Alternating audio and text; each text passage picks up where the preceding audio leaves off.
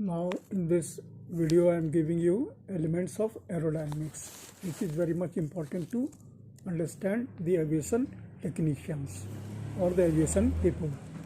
And in introduction, an understanding of the basic principle of aerodynamics is important to the aviation technician as it is to the pilot and the aerospace engineer.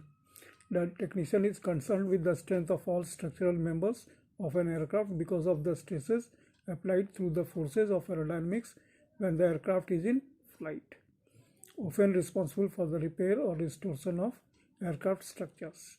The technician must know that the repair work will restore the required strength to the parts that are being repaired. Aerodynamics, as explained in this as a theory of flight, because of the flight of an aircraft depends upon the laws of aerodynamics. Aero means pertaining to air, aircraft, aviation or aeronautics. Dynamics is that branch of physics which consider bodies in motion and the forces that produce or change such motion. Aero is derived from the Greek word aero meaning air, and dynamics comes from the Greek word dynamis meaning power. Thus we have aerodynamics meaning the science relating to the effects produced by the air or other gases in motion.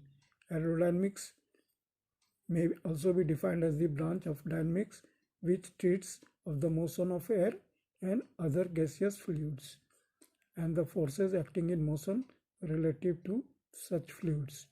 Aerodynamics, as studied by the engineer or scientist, involves the use of advanced mathematics and physics. However, the treatment in this chapter presents the basic principles of the subject and its application to the flight of aircraft without the necessity of advanced mathematical analysis. The subject can therefore be easily understood by the individual who is not concerned with engineering design but is more interested in operation and maintenance of aircraft. Now, these all which I am going to describe, that is physical properties of the air, has been described in physics also, but to this volume to this video, this will be more elaborated to understand the elements of aerodynamics. Air is physical properties of the air, in which the first is the atmosphere. Air is a mixture of several gases. For practical purposes, it is sufficient to say that air is a mixture of 1/5 oxygen and 4/5 nitrogen. Pure dry air contains about 78% in bracket by volume nitrogen, 21% oxygen and 0.9% argon.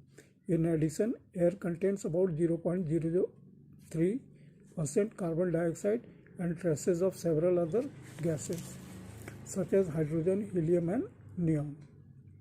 The distribution of gas in the air is indicated in this figure.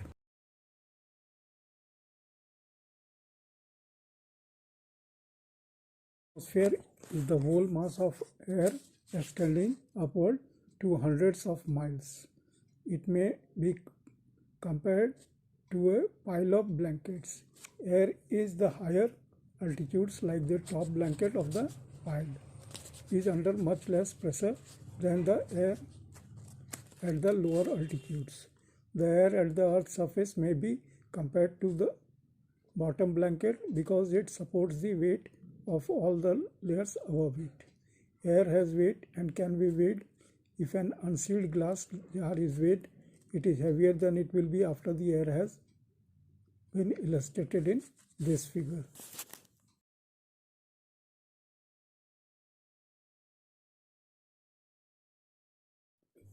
The difference in weight is the weight of the air that was in the unsealed jar. Perfectly dry air weighs 0.07651 pounds per feet cube, that is in bracket 1.225 kg per meter cube at sea level when the temperature is 59 degree Fahrenheit or 15 degree centigrade at 40 degree latitudes with a barometric pressure of 14.69 psi or in bracket 101.04 kilopascal or 29.92 in mercury or Hg, that is in 760 millimeters of mercury Hg. The foregoing pressure and temperature are called sea level standard conditions. At 0 degree centigrade and 760 millimeter mercury, dry air weight 1.293 gram per liter. Now this figure represents the cross section of an open container.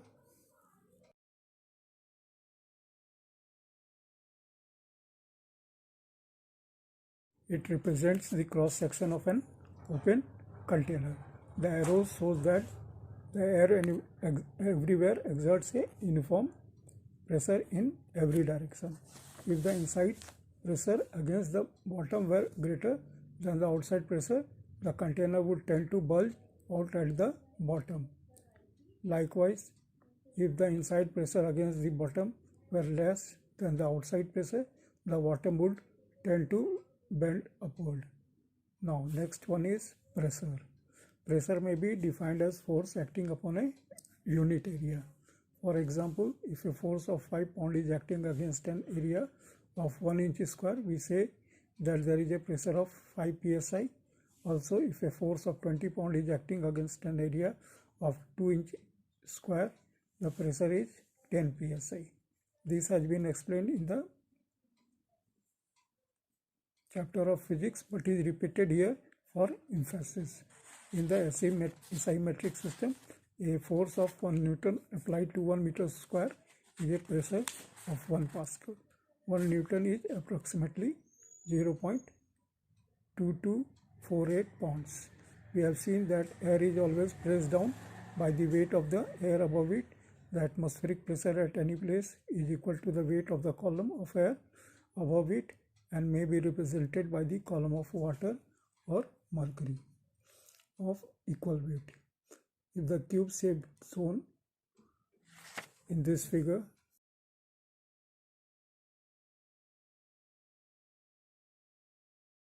has dimensions of 1 inch square on all sides and is filled with mercury, the weight of the mercury will be 0.491 pounds, that is in bracket 222.72 gram, and a force of 0.491 pounds will be acting on the square inch of the bottom of the box.